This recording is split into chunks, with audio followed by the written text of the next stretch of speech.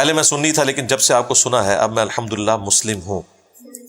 دیکھیں منہج کے اعتبار سے تو ہم بھی سنی ہیں, یعنی منہج کے پوائنٹ آف ویو سے. باقی ظاہر ہے فرقہ واریت کے پوائنٹ آف ویو سے ہم یہ بات کرتے ہیں. تو یہ سنی نہ لکھا کریں, مجھے تکلیف ہوتی ہے.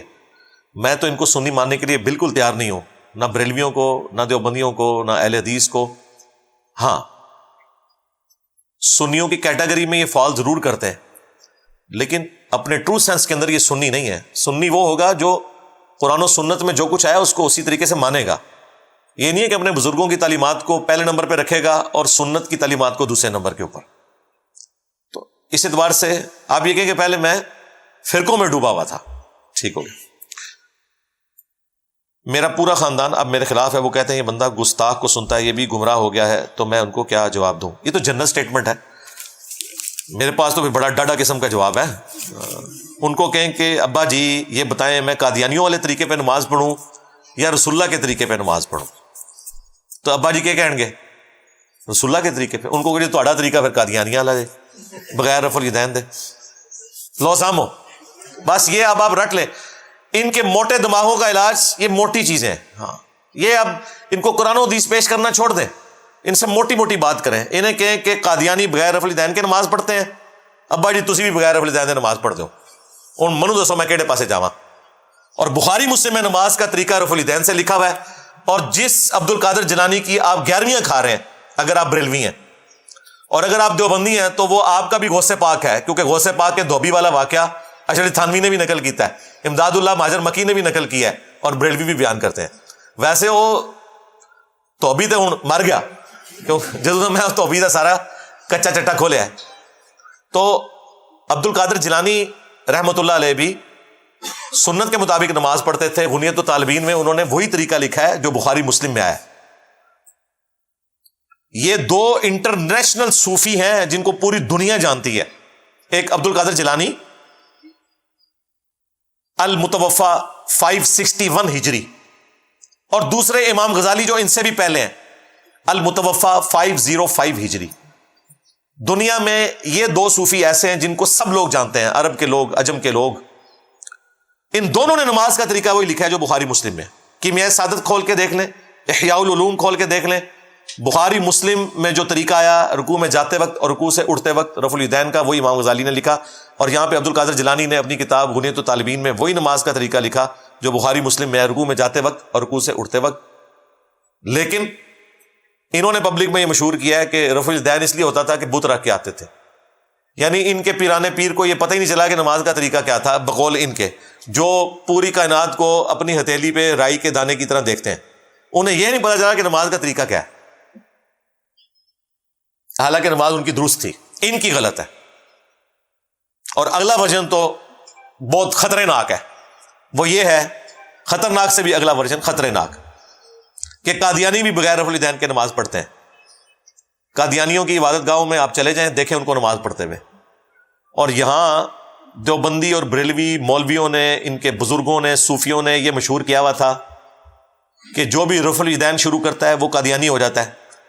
یہ انہوں نے گالی رکھی ہوئی تھی, کیونکہ ان کے فرقے کو چھوڑتا ہے نا, تو سب سے بہترین گالی کیا ہے کہ جب آپ کا کوئی فرقہ چھوڑ دے تو آپ اس کو کہیں ان قریب اس نے قادیانی ہو جانا ہے. اچھا باقیوں کے ساتھ وہ لحاظ کرتے تھے کہ کہتے تھے ان قریب قادیانی ہو جائے گا. میرے کیس میں انہوں نے یہ بھی نہیں کیا, انہوں نے مجھے ڈائریکٹ ہی قادیانی کہا. دیکھو پھر میں کیسا چک پایا انہوں نے, ہائے ہائے ہائے.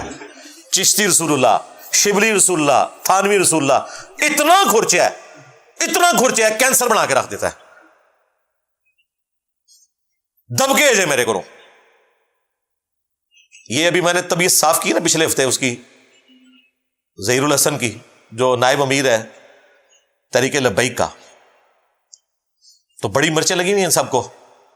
انہوں نے سمجھا تھا کہ میں کوئی صحافی ہوں یا میں کوئی پولیٹیکل لیڈر ہوں جو دب جاؤں گا. میں تو وڈیا کچھ نہیں سمجھتا, ہاں میں نہیں کو بابا چھڑنا, جو میرے لائے گا تو میں پڑ کے رکھ دیں گا ہر بندے نو. سیدھی جی گل ہے. ہاں تم لوگوں نے رسول اللہ کے ساتھ غداری کی ہے, تمہارے بزرگوں نے کی ہوئی ہے.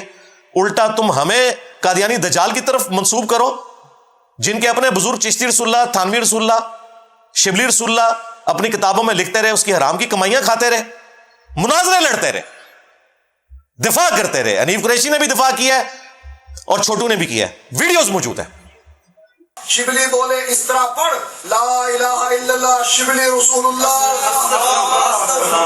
اور ختم نبوت کے ڈاکوؤں شبلی کو رسول بنانے والوں لا الہ الا اللہ چشتی رسول اللہ لا الہ الا اللہ شبلی رسول اللہ. انہوں نے پھر پڑھا لا الہ الا اللہ شبلی رسول اللہ. اب بات یہ انہوں نے شبلی کو کیا کہا کون ہے؟ کافر ہے. ان کے علماء نے لکھا شبلی نے جتنی باتیں کی حالت سکر اور مستی میں کی خبردار زینہار ہرگز ایسے صوفیاء کے بارے میں زبان نہ کھولنا. تم بکی جا رہے ہو, تمہارے کافر کہہ رہے ہیں نہ کھولنا, تم بکی جا رہے ہو. خبردار زینہار ہرگز ایسے صوفیاء کے بارے میں زبان نہ کھولنا. تم بکی جا رہے ہو, تمہارے کافر کہہ رہے ہیں نہ کھولنا, تم بکی جا رہے ہو. خواجہ نے کیا فرمایا سنو کہ میں کون ہوں اور کیا ہوں. محمد الرسول اللہ صلی اللہ علیہ وسلم کے دربار کے کمینے غلاموں میں سے ایک ہوں, کمینے غلاموں میں سے ایک ہوں, کمینے غلاموں میں سے ایک ہوں. آج دھمکیاں لگاتے ہیں. اب انہوں نے نیا حربہ نکالا جی انجینئر صاحب کو کہ منار پاکستان آ جائے. اسی باپا جانی کڈو نا اپنا لیا منار پاکستان بغیر سیکورٹی دے, میں بھی آ جانا. کڈو باپا جانی تو سب تو بڑا امیر اہل سنت ہے نا. مجھے کہتے ہیں نا کمرے سے باہر نہیں نکلتا. باپا جانی کبھی نکلا ہے کمرے سے باہر؟ وہ بھی ادھر ہی ہے نا. سیکورٹی تھریٹ ہے, ظاہر ہے میں بالکل ان کے حق میں ہوں. ان پہ قاتلانہ حملہ ہوا تھا, ایک دفعہ ہوا ہے قاتلانہ حملہ 1995 میں لاہور میں جب وہ تھے. مجھ پہ 5 دفعہ ہو چکے ہیں. یہ ان کا رائٹ ہے. میں نے تو کبھی ڈیمانڈ نہیں کیا کہ الیاس قادری صاحب جو ہے وہ منار پاکستان پہ آ جائیں, اگر سچے ہیں تو اکیلے نکل کے آ جائیں. ان کو تو نکلنا بھی چاہیے. لا خوف علیہم ولا هم یحزنون کہتے ہیں. یہ کون سی دھمکی ہے جی باہر نکل آؤ؟ اور دھمکی لگانے کی بجائے بھائی جواب دو کہ تمہارے ابو نے کلمے نہیں پڑھائے تھے, نہیں پرنٹ کیے تھے. وہ تو جواب کوئی نہیں ہے.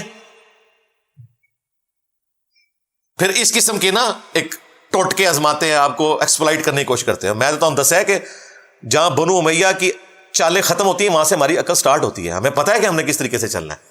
ہاں تم لوگ کیا سمجھتے ہو کہ جس طرح تم نے صفین کے موقع کے اوپر تحکیم کے مسئلے میں سیدنا علی کے ساتھ دھوکہ کیا تو اب دوبارہ تمہاری ان بزرگوں کی اولادیں ہمارے ساتھ دھوکہ کریں گی؟ نہ نہ نہ. مومن ایک سراغ سے دوسری بار نہیں ڈسا جاتا. ایک بار ڈس چکے ہیں تمہارے بزرگ ہمیں صفین کے موقع پہ, اب دوبارہ نہیں ہے تحکیم کا مسئلہ ہونا. میں لمحہ پا لینا تھوڑے بابیاں نو ایک ایک نو, سیدھی جی گل ہے, کوئی لحاظ نہیں کرنا. اور تکے نا تائیں تپے جو پہ گیا جو تھوڑے بزرگوں نو پہ گیا جائے پہ گیا جائے تھوڑے پیوما پیرانو سر نکلو باہر. اسی پھر بھی نوکری ادا کر دے پے, اسی پھر بھی نوکری ادا کر دے پے. مرزے نے خلاف تھوڑے پیو نے کرنی آنے نکلو باہر. سٹیج پر بیٹھنے والے ہاتھ کھڑا کر کے بتائیں, مجھے بتائیں یہ بات تماشا کرتے ہو. پھر کہتے ہیں مسلک کا کام نہیں ہوتا, مسلک والوں کو تم خود رگڑتے ہو. اور جڑا تواڈے پیوانوں پہ گیا ہوں تسی چپ بیٹھے ہو, اور نکلو باہر. پہ نہیں گیا, کھا گیا جو سارے بزرگوں نو کھا گیا جو. ہاں کہتے سن نا کہ جناب وہ عبد القادر جیلانی جو ہے وہ قبر میں پہنچ کے مرید کے, اور فرشتے نے کہا چھڑ دو وچ عبد القادر پہ گیا جے. نہ نہ بھائی ہوں عبد القادر نہیں پیا, ہوں وچ انجینئر پہ گیا جے. عبد القادر پہ گیا جے. سب کہانیاں بنائی ہوئی تھی انہوں نے. اور اس پہ میں اپنے اسٹوڈنٹس کے لیے بھی جو اپنے بھول پن میں اس قسم کی حرکتیں کرتے ہیں, میں نے آج تک کسی کے اوپر ویڈیو نہیں بنائی. یہ بھونکتے ہیں میرے اوپر جھوٹے الزام لگاتے ہیں تو میں رپلائی کرتا ہوں. میں نے خود سے کسی کو کبھی نہیں چھیڑا. یہ نیچرل ہے کہ میں جب قرآن و سنت بیان کروں گا تو میں پھر بتاؤں گا کہ یہ چیز غلط ہے, یہ چیز ٹھیک ہے. میں نے آج تک سعد رضوی کے اوپر کوئی ویڈیو نہیں بنائی تھی. یہ سعد رضوی نے 1.5 سال پہلے میرے اوپر جھوٹا الزام لگایا کہ میں نے حضرت ابوبکر کی گستاخی کی ہے. میں نے نہیں کی ہوئی تھی. میرا نام ویسے ہی ساتھ لے دیا. ان کا اپنا ایک بریلوی مولوی بریلویت کو چھوڑ کے رافضی ہو گیا, وہ کراچی کا ایک مفتی. اس نے حضرت ابوبکر کے بارے میں کوئی بات کی, چونکہ وہ مجھے ایک دفعہ مل کے گیا ہوا تھا. اور اللہ کے بندے, میں تو تمہارے ابے کو کئی دفعہ ملا ہوں, خادم رضوی صاحب کو. اور خادم رضوی جن کا مرید تھا حاجی پیر صاحب جیلم شہر سے, میں تو جمعے کی نماز ہی ان کے پیچھے پڑھا کرتا تھا. اتنی محبت کا رشتہ تھا میرا ان کے ساتھ, تمہارے دادا پیر کے ساتھ. کل کو وہ کوئی غلط کام کرتے ہیں تو میرے کھاتے میں ڈلے گا. اس نے میرے اوپر جھوٹا الزام لگایا. پھر میں نے اس کو ویڈیو ریکارڈ کرائی. میں نے کہا تو ابو بکر صدیق کا نام لیتا ہے رضی اللہ تعالیٰ عنہ, اور ظالموں تم تو صحیح بخاری سے حضرت ابو بکر کا خطبہ ہی نہیں بیان کر سکتے. میں نے بیان کیا اور دیکھیں کرامت کیسی ظاہر ہوئی. 1.5 سال ہو گئے وہ خطبہ نہیں بیان کر سکا. 5 سال ہو چکے ہیں یہ گلے پھاڑنے والے 2 جو لاہور کے مولوی ہیں جو مجھے کہتے تھے کہ ندعو ابنانا وابناکم، وہ ہاں، اور وہ کہتے تھے آ کے ہمارے ساتھ مبالغہ کر لیں. اور کوئی جیلمی ہو یا کوئی فیصل آبادی ہو یا کوئی جھالوی ہو، اللہ کے فضل و کرم سے ان کو للکارتے رہیں گے، ان کی آنکھوں میں آنکھیں ڈالتے رہیں گے مرتے دم تک. عظمت رسول اللہ کے اوپر اور عظمت صحابہ کے اوپر ان کو مباہلے کا چیلنج دینے کے لیے تیار ہیں. جب چاہو ہمارے مرکز میں آؤ، جب چاہو ہمیں جیلم میں بلا لو. تعالوا ندعو ابنانا وابناکم ونسانا ونساکم وانفسنا وانفسکم ثم نبتہل فلنجعل لعنت اللہ علی الکاذبین. ہمیں تمہیں زندگی کے آخری سانس تک مباہلے کا چیلنج دیتے ہیں. میں نے کہا تھا تو مباہلے والی حدیث مسلم شریف سے اپنے ممبر پہ بیان کر، اور جو ابن تیمیہ نے اس کی شرح بیان کی ہے منہاج السنہ میں تیرے ابے نے، وہ تو ممبر سے بیان کر. تو حدیث بھی مسلم کی یہ بیان نہیں کر سکتا 6220، کیونکہ اس میں تیرے ماموں کا ذکر آئے گا کہ انہوں نے سعد ابن ابی وقاص کو مجبور کیا کہ حضرت علی پہ سب و شتم کرے. تو انہوں نے 3 فضائل حضرت علی کے گنوائے تھے، ان میں سے ایک مباہلے والا واقعہ تھا. میں نے چیلنج دیا تھا کہ تو مباہلے والی حدیث بھی نہیں پڑھ سکتا، تو مجھے مباہلے کے چیلنج کر رہے نا، تو حدیث پوری سنا دے مباہلے والی. امر معاویہ اس میں موجود ہے، معاویہ نے حکم دیا تو سعد نے انکار کیا. مجھے پتا تھا یہ اپنے ماموں کو بچانے کی خاطر حدیث نہیں بیان کر سکتے. دیکھیں میری کرامت 5 سال ہو گئے ہیں نہیں حدیث بیان کر سکے. کتنی وہ پوڈ کاسٹیں دیتا ہے میرے خلاف، ہر جمعے کے اوپر لوگوں سے ہاتھ کھڑے کرواتا ہے. جیلم جاؤ گے تو اسی اتنے آؤ گے تو سیدھا جیل جاؤ گے. جیلم بھی جیم نال تے جیل بھی جیم نال، ہاں تے جہنم بھی، وہ نہیں اسی فیصلہ کرتے. وہ آخرت کا معاملہ ہے، وہ تو ہم کسی کے لیے نہیں کرتے. یہ میں نے تفنن کے طور پہ بات کی ہے. ہر دفعہ جمعے میں کہتے ہیں ہاتھ اٹھاؤ جیلم جاؤ گے. اوقات ان کی ہے کہ لاہور میں انہوں نے اتنا بڑا میرے خلاف جب FIR کٹوانے کے لیے انہوں نے دھرنا دیا، ٹوٹل کو 40-50 بندے وہاں پہ آئے تھے، اتنے ٹینٹ لگائے ہوئے تھے. وہ بھی بارش آئی، کرامت ظاہر ہوئی، اکڑ گیا سب کچھ اللہ کے فضل سے. ٹھیک ہے، FIR کٹوائی. وہ FIR 24 گھنٹے کے اندر اندر فارغ ہو کے سرد خانے میں چلی گئی. انہوں نے اپنی طرف سے وہ گن پوائنٹ پہ سمجھ لیں FIR کٹوائی پولیس کو کہہ کے، حالانکہ وہ نہیں بنتی تھی. تو اس قسم کی حرکتیں کرتے ہیں، بجائے یہ کہ بھئی علمی جواب دو. جو میں بات کر رہا ہوں اس کی بجائے کیا کریں گے، میرے جملے کاٹیں گے، ان کو خود رنگ دیں گے اور کہیں گے دیکھو یہ کہنا چاہ رہا ہے، اس میں سے یہ مطلب نکل رہا ہے. اس طرح آپ قرآن و سنت کے ساتھ بھی کرنا شروع کر دیں تو اسی قسم کے اس سے بھی خطرناک رزلٹ نکلیں گے. میرا یہ دعویٰ ہے کہ میرے کسی نظریے کے اوپر ابھی تک کسی نے کوئی گرفت نہیں کی. نظریے کے اوپر قرآن و سنت کے دلائل کی روشنی میں ہمیشہ یہ ہے کہ اس نے زبر کو زیر پڑ دیا. ٹھیک ہے، وہ اللہ نے مٹی پلید کی. مفتی تقی عثمانی نے ایک آیت سورہ التوبہ کی مشہور آیت 24 نمبر 4 غلطیاں ایک آیت کے اندر کر دی. تو کیا میں نے اس کے بعد کلپ کاٹا ہے ان کا کہ بھی اس کو قرآن نہیں پڑھنا آتا؟ ہو جاتا ہے اس طرح، زبر زیر کی غلطی ہو جاتی ہے. اور دیکھیں وہ بندہ جس نے پورا قرآن 344 لیکچرز میں پڑھا ہے، اگر اس میں چند ایک مقامات پہ اس سے کوئی غلطی ہوئی ہے تو اس کا مطلب باقی سارا قرآن ٹھیک پڑھا ہوا ہے اس پہ. اور یہ غلطی بھی اس صورت میں ہوگی جب کوئی بندہ ہائی لائٹ کرے اور میں اپنی ریمیڈی نہ کروں، پھر غلطی ہوگی. باقی پڑھنے میں غلطی ہو جاتی ہے. کئی دفعہ میں دیکھ کے بھی پڑھ رہا ہوتا ہوں نا تو پڑھنے میں غلطی لگ جاتی ہے. اس کا یہ مطلب نہیں ہوتا کہ قرآن پڑھنا نہیں آتا. قرآن پڑھنا نہ آتا ہو تو دیکھ کے تو نہ پڑھ رہا ہوں. اور پھر میں نے اس میں بھی ان کو چیلنج کیا تھا کہ تمہارا کوئی بڑے سے بڑا مفتی جو تم نے بڑے لانچ کیے نا، انہیں کو کوئی قرآن کا حصہ تلاوت کرے. میں 24 گھنٹے کے اندر میں بھی تلاوت کر کے نیٹ پہ چڑھاؤں گا، پبلک فیصلہ کرے گی کس کی قرات بہتر ہے. تقی عثمانی کو کوئی سورت تلاوت کرے، مفتی منیب کو کرے، ساجد میر کو اے بہتے پڑھن گے جے، اور انہاں دے امیر جے امیر اہل سنت باپا جانی نو کو او کتنی سورہ لاندے بیچارے نعت واسطے نہیں لگدی، ان کو سر لا کے نہ کوئی سورت پڑھ قرآن دی. امیر اہل سنت ہے نا، میں بھی وہی سورت پڑھوں گا، عوام فیصلہ کر لے گی کہ کس کو قرآن آتا ہے نہیں. لیکن میں پھر بھی نہیں کہوں گا کہ انہیں قرآن نہیں آتا. یہ کوئی طریقہ نہیں ہوتا.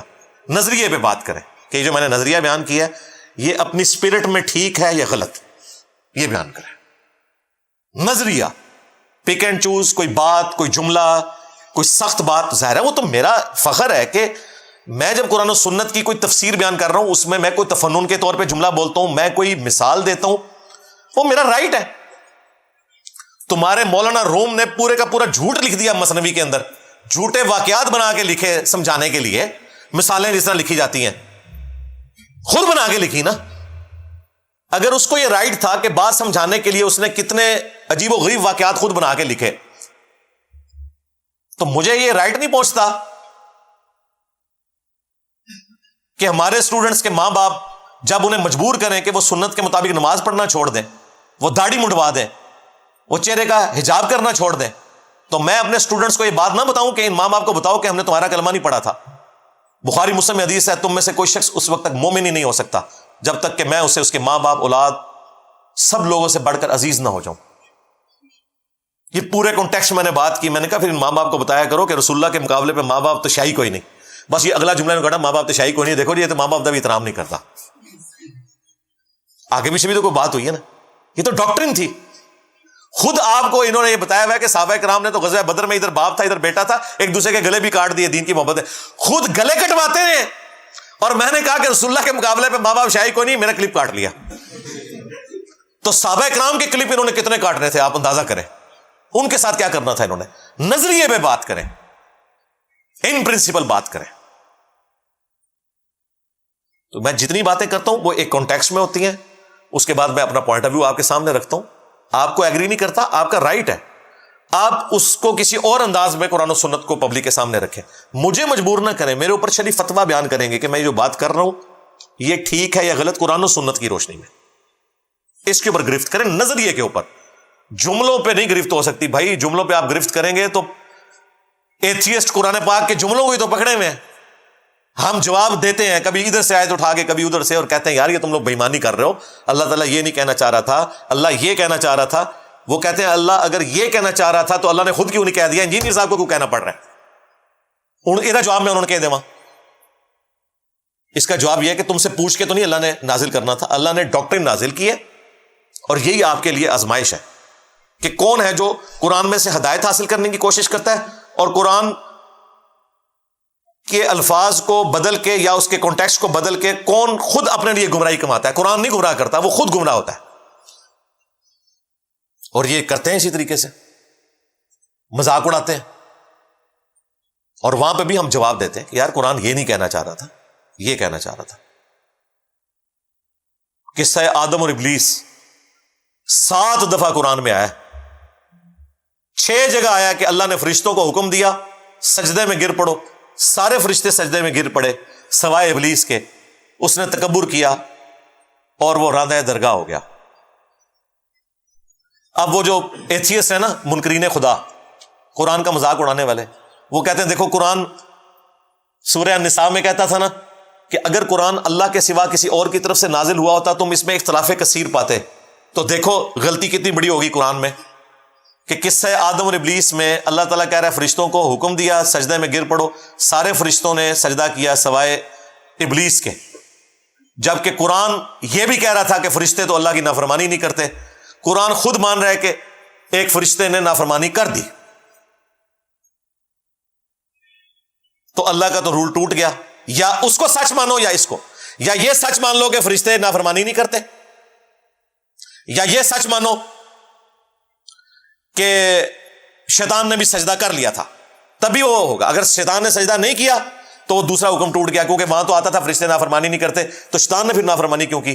ہم کہتے ہیں وہ شیطان فرشتہ نہیں تھا، وہ کہتے ہیں اس میں تو نہیں لکھا ہوا، اس میں تو لکھا ہے وَإِذْ قَالَ رَبُّكَ لِلْمَلَائِكَةِ اسْجُدُوا لِآدَمَ فَسَجَدُوا إِلَّا إِبْلِيسَ، اللہ نے فرشتوں کو حکم دیا سارے گر پڑے سوائے ابلیس کے۔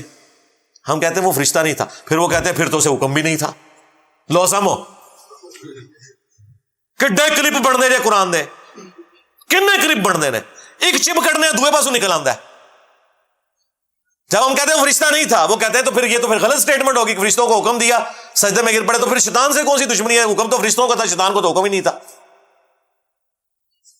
پھر ہم اس کو کلیریفائی کرتے ہیں کہ عربی میں تغلیب کا قاعدہ ہوتا ہے، اگر ایک کلاس میں 50 اسٹوڈنٹس ہیں، 49 جو ہیں وہ میل ہیں اور ایک فیمیل، اور کلاس ریپریزنٹیٹو کہتا ہے بوائز اسٹینڈ اپ ٹیچر کے آنے پہ، تو اس کا یہ مطلب نہیں ہوتا کہ ایک لڑکی جو بیٹھی ہوئی ہے اس نے نہیں کھڑے ہونا، وہ اس میں شامل ہوتی ہے، لیکن تغلیب کا قاعدہ یہ ہے کہ وہ صیغہ مردوں کے لیے استعمال ہو رہا ہے، عربی میں ایسا ہوتا ہے۔ اب یہ کیا قرآن میں لکھا ہوا ہے؟ یہ مجھے اللہ کی طرف سے رپلائی کرنا پڑتا ہے جب اللہ کا کلپ یہ کاٹتے ہیں۔ ہم کہتے ہیں تغلیب کے قاعدے کے طور پہ. پھر میں اگلی فقین کو دیتا ہوں کہ اگر تمہاری بات درست ہوتی تو پھر اللہ تعالیٰ نے اس سے پوچھا کہ تو نے سجدہ کیوں نہیں کیا, تو جو منکرین خدا کہتے ہیں نا کہ اسے حکم نہیں تھا, تو اسے بھی چاہیے تھا نا, وہ کہتا کہ اللہ تو نے تو فرشتوں کو حکم دیا تھا, مجھے تو دیا ہی نہیں تھا. اس نے نہیں کہا, اس کا مطلب ہے کہ اسے پتا تھا کہ میں بھی فرشتوں والے حکم میں شامل ہوں اگرچہ میں فرشتہ نہیں ہوں. وہ کہتے ہیں جی یہ کیا ثبوت ہے کہ وہ فرشتہ نہیں تھا؟ ہم کہتے ہیں سورہ الکہف کی آیت نمبر 50 ہے, کان من الجن ففسق عن امر ربی, وہ جنوں میں سے تھا اس لیے اس نے اپنے رب کی نافرمانی کی. وہ کہتے ہیں ٹھیک ہے, باقی جگہ تو نہیں نا موجود. ہم کہتے ہیں جب ایک جگہ آ گیا تو پوری ڈاکٹرن کو لینا ہے, ضروری نہیں ہوتا کہ ہر دفعہ بیان کیا جائے. اس طریقے سے پورا بریف کر کے کوئی رزلٹ نکالا جاتا ہے, تب جا کے ان کے جواب دیے جاتے ہیں. انہوں نے قرآن سے بھی اس قسم کے کلپ کاٹنے تھے, وہ کاٹ رہے ہیں, کافر کاٹ رہے ہیں, ہم جواب دے رہے ہیں. کس طریقے سے ان کی چھوٹی چھوٹی بات کا جواب دیتے ہیں کہ یوں نہیں یوں ہے, لیکن وہ جواب جو ہم دے رہے ہیں نا وہ ہمارا نالج ہے. قرآن سے مختلف جگہ سے اٹھا کے ہم فٹ کر کے ایک پکچر بناتے ہیں. وہ پکچر اللہ نے نہیں بنا کے قرآن میں پیش کی ہوئی. اگر ان سے پوچھ کے قرآن نازل ہوتا تو 7 کی 7 جگہ آنا چاہیے تھا. اللہ نے فرشتوں کو حکم دیا, 7 ان میں ایک جن بھی تھا, اسے بھی حکم دیا, فرشتوں نے تو کر لیا, ایک جن نے نافرمانی کی. 7 جگہ یہ ہونا چاہیے تھا, لیکن نہیں ہے. تو اس کا یہ مطلب ہے کہ آپ کلپ کاٹیں 6 جگہ کا اور اللہ تعالیٰ کی ڈاکٹرن کو 0 سے ملٹیپلائی کر دیں. اس طرح نہیں. میں نے غلام احمد قادیانی دجال کے اوپر سب سے زیادہ ویڈیوز میری ہیں, علمی, گالی گلوچ کی نہیں. انہوں نے میری ویڈیوز کاٹی, ان میں جو دجال کا لفظ بول رہا ہوں وہ دجال کا لفظ بھی کاٹ دیا, غلام احمد قادیانی رہنے دیا, اور آگے سے چیزیں جوڑ کے کلپ بنا دیا, دیکھو یہ سپورٹ کر رہے ہیں. اور یہ کون کہہ رہے ہیں؟ جن کے بزرگ چشتی رسول اللہ, تھانوی رسول اللہ, شبلی رسول اللہ پارٹی. اور 10 تو ہیں. تم لوگوں کو بھی اسلام کا سرٹیفکیٹ ہم سے لینا ہوگا. بالکل, ختم نبوت کا سرٹیفکیٹ جیلم اکیڈمی سے ملے گا. تھانوی رسول اللہ پارٹی, چشتی رسول اللہ پارٹی کو کوئی حق نہیں پہنچتا کہ ختم نبوت کے نام کو اس طریقے سے بیچ کے چندے اکٹھے کرے اور اسلام کی بدنامی کرے. جی بزرگوں کی کتابیں بدل گئی ہیں. اچھا ہوں تک نہیں سی پتا تو آرام دی کمائیاں کھاندے رہے ہو, مناظرے کرتے رہے ہو, اور سب سے بڑی بات تمہارے بڑے بزرگوں نے دفاع کیے ہیں. اشرف علی تھانوی نے السنت الجلیہ فی الچشتیۃ العلیہ میں چشتی رسول اللہ کا دفاع کیا ہے. پیر میرے علی شاہ صاحب نے دفاع کیا ہوا ہے تحقیق الحق فی کلمت الحق کے اندر, اور اعلیٰ حضرت کے کھاتے میں بھی ڈال گیا. انہوں نے کہا کہ سبا سنابل رسول اللہ کی بارگاہ میں مقبول ہے, اس میں بھی چشتی رسول اللہ لکھا ہوا ہے. تو مان لیں کہ ان کے بزرگوں سے غلطی ہو گئی ہے. ابھی دیکھیں وہ ہمارے ایک پوڈ کاسٹ کرنے آئے تھے بھائی, وہ جو ڈمی میوزیم سے ڈاکٹر عامر لیاقت, احمد نصیر, انہوں نے میری پوڈ کاسٹ میں کہا کہ جی کوئی سوال ایسا بتائیں جو میں مفتی انیف قریشی صاحب سے کروں. میں نے کہا یار وہ آپ کا رائٹ ہے, میری طرف سے اگر پوچھنا ہے تو میں تو بڑی کوشش کر چکا ہوں, مجھے نہیں لگتا وہ جواب بھی دیں گے. ان سے صرف یہ پوچھنا ہے کہ 2009 میں تو چشتی رسول اللہ شتیہات تھے اور آپ دفاع کر رہے تھے. آج آپ انجینئر صاحب کو جواب دیتے ہوئے کہہ رہے ہیں کہ کتابیں بدل گئی ہیں. 2009 میں تو آپ وہابیوں کے خلاف چشتی رسول اللہ کا دفاع کر رہے تھے. 2009 تک تو کتابیں نہیں بدلی تھی. اب دنیا میں کون سی ایسی چیز آ گئی ہے, کیڑی شے پی گئی ہے, اور انجینئر پی گیا جو اور نس گئے جو ہے, ڈر گئے جو ہے. بات تو صحیح ہے نا, دنیا کی تبدیلی آئی ہے. اب یہ ماننے کے لیے بھی تیار نہیں ہے کہ انہوں نے دفاع کیا ہوا ہے. شبلی بولے اس طرح پڑھ, لا الہ الا اللہ شبلی رسول اللہ. اور ختم نبوت کے ڈاکوؤں, شبلی کو رسول بنانے والوں, لا الہ الا اللہ چشتی رسول اللہ, لا الہ الا اللہ شبلی رسول اللہ. انہوں نے پھر پڑھا لا الہ الا اللہ شبلی رسول اللہ. اب بات یہ, انہوں نے شبلی کو کیا کہا, کون ہے؟ کافر ہے. ان کے علماء نے لکھا شبلی نے جتنی باتیں کی حالت سکر اور مستی میں کی, خبردار زینہار ہرگز ایسے صوفیاء کے بارے میں زبان نہ کھولنا. تم بکی جا رہے ہو, تمہارے قابل کہہ رہے ہیں نہ کھولنا, تم بکی جا رہے ہو. خبردار زینہار ہرگز ایسے صوفیاء کے بارے میں زبان نہ کھولنا. تم بکی جا رہے ہو, تمہارے قابل کہہ رہے ہیں نہ کھولنا, تم بکی جا رہے ہو. خواجہ نے کیا فرمایا, سنو کہ میں کون ہوں اور کیا ہوں. محمد الرسول اللہ صلی اللہ علیہ وسلم کے دربار کے کمینے غلاموں میں سے ایک ہوں.